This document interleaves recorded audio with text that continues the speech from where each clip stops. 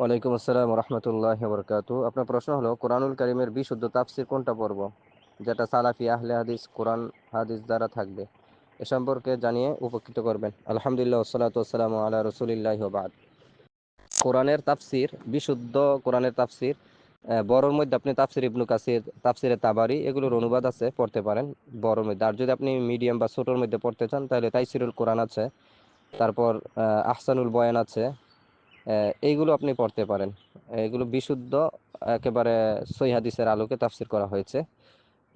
সুতরাং আপনি আহসানুল বয়ান, তাইসিরুল কোরআন, তারপর আহ, আরো অনেক ছোট ছোট, যেগুলো আহলে হাদিস লাইব্রেরি থেকে, অর্থাৎ আহলে হাদিস লাইব্রেরি থেকে বা সালাফি লাইব্রেরি থেকে আপনি যে কোনো কোরআনের তাফসির এনে পড়তে পারেন, কোনো সমস্যা নেই।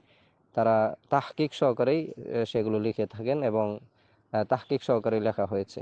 সুতরাং আপনি বড়র মধ্যে তাফসির ইবনু কাসির, তাফসিরে তাবারি, এগুলো পড়তে পারেন। ছোটর মধ্যে আহসানুল বয়ান, তাইসিরুল কোরআন, এবং আরো অনেক ছোট ছোট তাফসির আছে, 2 খণ্ডে, 3 খণ্ডে, এটা পড়তে পারেন। অথবা শাইখ জাকারিয়া হাফিজাহুল্লাহর, শাইখ আবু বকর মোহাম্মদ জাকারিয়ার 5 খণ্ডে একটা তাফসির আছে, খুবই চমৎকার একটি তাফসির, সেটা আপনি পড়তে পারেন। বারাকাল্লাহু ফিকুম।